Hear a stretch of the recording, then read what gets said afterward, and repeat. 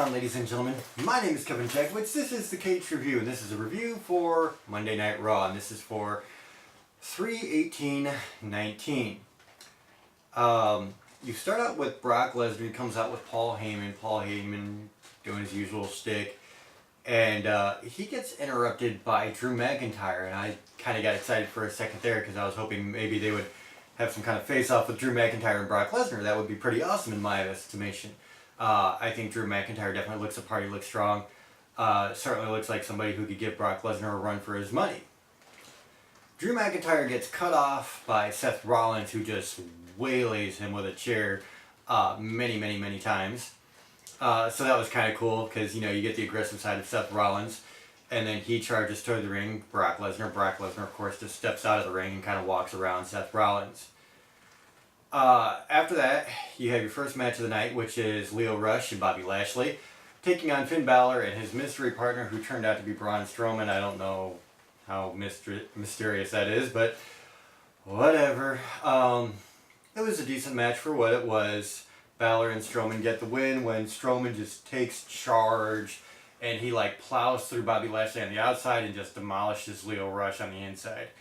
He'd been wanting to get his hands on Lio Rush apparently, and made him look very strong. And later on in the show, he did a promo where he was announcing he was going to be in the Andre the Memorial Battle Royal. I can't believe they're still doing that, for one. I mean, it's cool that they're honoring Andre, but I think that's like the who gives a shit match of the night every year so far. So, yeah, dude, I'm not into Battle Royals if it's just a Battle Royal. The Royal Rumble's kind of one thing. They planned it out a lot better, but these, not usually exciting, to be very honest. You get a moment of bliss where she's talking about hosting, of course, and then she introduces Elias, and she's saying, you know, of course, we're not going to get cut off, and you know they are. And so they get interrupted by the conga line without No Way Jose, and Otis is there for some reason. And so Elias starts talking to Otis about teaching him respect, and then out of nowhere, this dude in a mask and a cheeseburger outfit hits him, and of course it's No Way Jose, which turns into a match between Elias and Jose. I don't know that I cared about this match, had any stakes for really anything. And at the end of the day, Elias wins, and okay, that's fine. One cool thing about this is being a guy who lived in or around Chicago for quite some time. Jose took off his little hamburger thing, and it was a Cub shirt underneath, so that was cool. They were in Chicago. But he does get beat, so, you know, whatever. Kurt Angle comes out, makes an announcement, and I gotta be honest, I was really disappointed with this. So of all the guys, past, present, that they could have had for Kurt Angle to finish his career with, Baron Corbin is the guy. Because they had some kind of general manager beef for a while. Like, all the incredible things Kurt Angle has done throughout his career, his match with Brock Lesnar, some really great feuds, and Baron Corbin is their answer to a retirement match. I'm not impressed with that whatsoever. That is terrible. I could give less than half a shit about that match, honestly. I just don't care. So he makes that announcement that he has a match with Chad Gable. You know, these two respect each other quite a bit. And so Chad Gable did some really good selling in this match. I mean, Kurt Angle, you know, he's 50 years old now. He's slowing down. He's starting to get a little midsection. No one can fight age. Time wins against everyone. Me, you, anybody. So I respect that he's still even in the ring trying to do this at 50 years old. I can't do it now, and I'm 41. So it's very cool. And they have, you know, the best match they could possibly have. Like I said, Chad Gable really sells his parts very well. And at the end of the day, Kurt Angle, he gets the angle lock. Chad Gable taps. Baron Corbin comes out, does a little promo shtick, you know, whatever.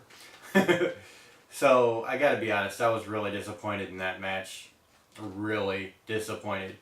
And Baron Corbin, as a side note, he seems like he's pretty cool as a person, but I'm just not into his shtick or his character or his in-ring ability. I have to be honest. Then you get Sasha and Bailey come out. They do an in-ring interview where they're talking about going to SmackDown and dealing with the Iconics because they keep talking trash. They get interrupted by Beth Phoenix and Natalya. Beth is saying she's willing to come out of retirement for a championship match. Words are thrown around, hands are thrown around, and it turns into a match with Natalya versus Sasha Banks, but that gets interrupted when Nia Jax comes out to the ramp, starts making a promo, and the typical horrible Nia Jax promo. Tamina comes out of nowhere and super kicks. I want to say she super kicked both Beth Phoenix, Natalya, and then Sasha Banks. And so, no, I'm sorry. It was she kicked Beth Phoenix, Bailey, and then Sasha Banks because it was Natalya and Sasha Banks as the match. And so Sasha Banks wins by DQ, supposedly. And that was just kind of where they left off. I don't know exactly what they're planning, but I'm not a fan of Nia Jax and Tamina. And I'm definitely not a fan of the Iconics if they're throwing them in the mix. So, I don't know.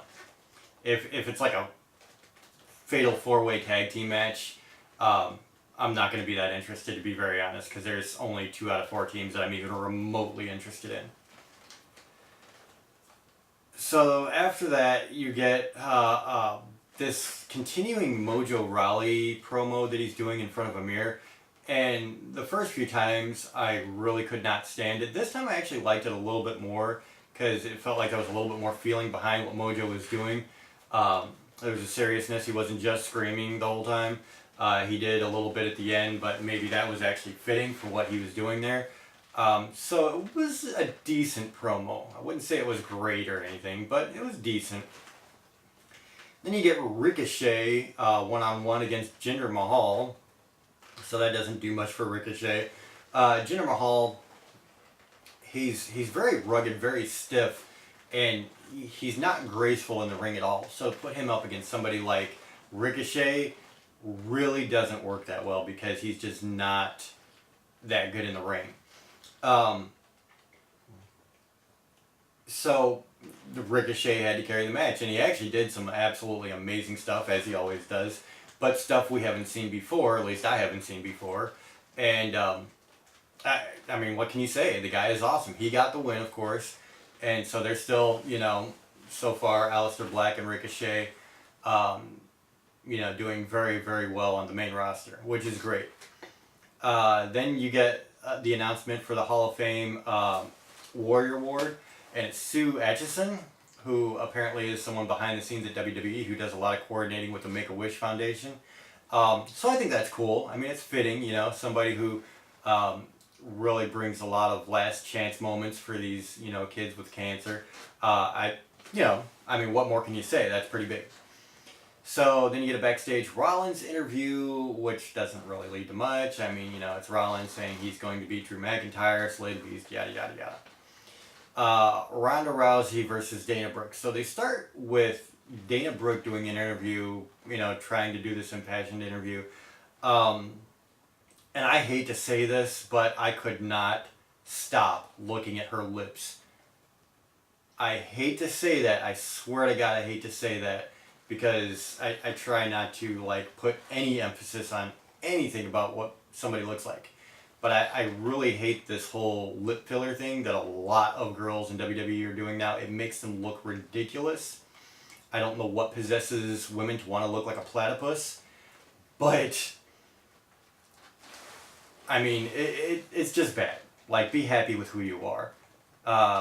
The instant you start getting plastic surgery on your face, you're going to look fake. That's just a fact. So after this not so impassioned interview, the match lasts 15 seconds. Ronda Rousey absolutely bowls over her, puts her in the armbar, doesn't let go of the armbar. Then you get some referees out there. She slaps the referee. There's a security group that we're supposed to stop her from doing anything ridiculous. She knocks one of those guys down. Travis Brown, her boyfriend or husband, whatever he is in the front row. He knocks another one down, then pulls Ronda over the barricade, and they walk through the crowd. I like the segment. I wish it would have been somebody other than Dana Brooke. I hate to say that. I mean, I give her all the credit in the world, but I just do.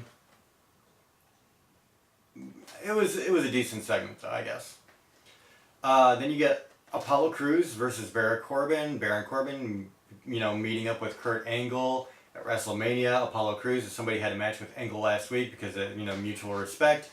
And it was funny because I automatically figured that they would put Baron Corbin over Apollo to try to build up the match for WrestleMania, and instead Apollo Crews, as Baron Corbin's going for the end of days, gets a roll up and wins. So I thought that was pretty funny, actually. I like that. Then you get a Batista promo, and I don't know how I feel about this promo in particular. He had this weird kind of cool, collected demeanor for most of the interview, and like the last few seconds, he gets all angry, tells everybody to get out. It was kind of interesting, and he's talking about how Hunter just wanted him for the muscle, and he always held him back, and yada yada yada. So it was okay. It was an okay promo. And then you get Charlie, who interviews Braun Strowman, who's talking about these two guys from Saturday Night Live who came into the WWE and disrespected the wrestlers, and so he's teaching them about respect. Alexa Bliss comes in, says, "Give me a week and I'll work this out, because I don't want anything to happen at WrestleMania." So Braun Strowman says, "I'll give you 1 week," and I don't know what that's going to lead to, if anything, but you never know. And then you get Drew McIntyre and Seth Rollins. Oh, really some good promos. Drew McIntyre comes out first. And he's given some promos about, what he's doing to the Shield. And Seth Rollins interrupts, and they both had some real fire in this, and I really liked it. And then the match comes in, and it was what you would expect to be with Seth Rollins and Drew McIntyre. I mean, it was a damn good match. I like Drew McIntyre. I really like Seth Rollins. And it was cool because Seth Rollins, again, in Chicago, comes out wearing the Bears colors. So I appreciated that because they had a pretty respectable season this last year, and, kind of botched it up in the playoffs, the wild card. But they did pretty good. The match itself, Rollins toward the end was just all over the place, suicide dives, and, it was cool because they did the superplex into the Falcon Arrow, except they did the superplex and it looked like Drew McIntyre was going to reverse it into like his own suplex, and then Seth Rollins still turned it into the Falcon Arrow. It was pretty cool. They had some good spots. At the end of the match, Brock Lesnar's music hits. He steps out to the ramp. Seth Rollins, of course, is going to be distracted. He gets hit with a Claymore kick. Drew McIntyre wins. So he has beaten every member of the Shield up the past 2 weeks. He put Roman Reigns out in the story, dealt with Dean Ambrose last week, dealt with Seth Rollins this week, and he issued a challenge to Roman Reigns during his promo for WrestleMania. So it really sets everything up very nicely. And I think Roman Reigns versus Drew McIntyre at WrestleMania will be a good match. Regardless of who wins, regardless of what happens, I think it'll be a good match. So, as far as tonight, planning 3 hours of Raw seems to really hurt WWE because I don't know if they just feel like they don't have the star power to cover 3 hours, or if they just are losing creative ideas. But there's always something decent now, leading into WrestleMania, like at this particular time period. And then you have filler matches, things that just mean nothing. And sometimes some very stupid gimmicks. And I've said it before, anytime creative tries to be funny, it's bad. It's really, really bad. So, I like the intro. I definitely like the ending. I really didn't like the Kurt Angle announcement, but I liked this match with Chad Gable, mainly because of Gable. And I hate to say that because Kurt Angle was amazing. But like I said, time hits everybody. I like what they did with the Ronda Rousey angle. I just wish they would have done it with somebody else. So this is kind of a hard one for me to grade because there's things that I'm very middle of the road with. There's a couple of things I really liked and a couple of things I really didn't like. I really want to give it more than just a halfway, especially with the way they ended the show. But I don't know. It's tough. I think I am going to give it just a 5 out of 10. I feel like this was very middle of the road. Because like Elias Jose didn't mean anything, and that conga line they always do is just dumb. And then the whole conga line, like during that whole match, was annoying as hell. Um, so yeah, I'll stick with a 5 out of 10. And I wanted to say this just because I feel like it's important when I'm doing these reviews of people who check this out. Like when I'm telling you guys that I think somebody completely sucks in a ring or on a microphone, I've said this before, but it's not anything personal with them. It's not an attack on their character. They could be the nicest, sweetest people in real life, and actually I think that some of them actually very much are nice people. And very cool personalities outside of WWE, like when they actually have their own personality and they're just being themselves. But sometimes their acting sucks, their promos suck, they don't know how to talk, and their in-ring ability sucks. And that's not personal. Hey, if I was, in a position where I could go to the WWE and make a shit ton of money and provide for my family, you think I would pass it up? Hell no. So it's not like I'm trying to dog the person. I just say what I feel about their promo work and their in-ring ability. And it's not a reflection of who they are. And I just really want to emphasize that. Because like Baron Corbin, prime example. I really cannot stand his character, and I don't think he's that good in the ring. As a person though, like outside from his tweets and from interviews and stuff, like when he's actually just talking and being himself, he seems very, very cool. So I just want to make that emphasis. So ladies and gentlemen, that's where I'm at with the show. 5 out of 10. Let me know what you guys think in the comments. If you enjoyed this, hit the like button, subscribe, and share. My name is Kevin Jackwitz. Kaged Nation out.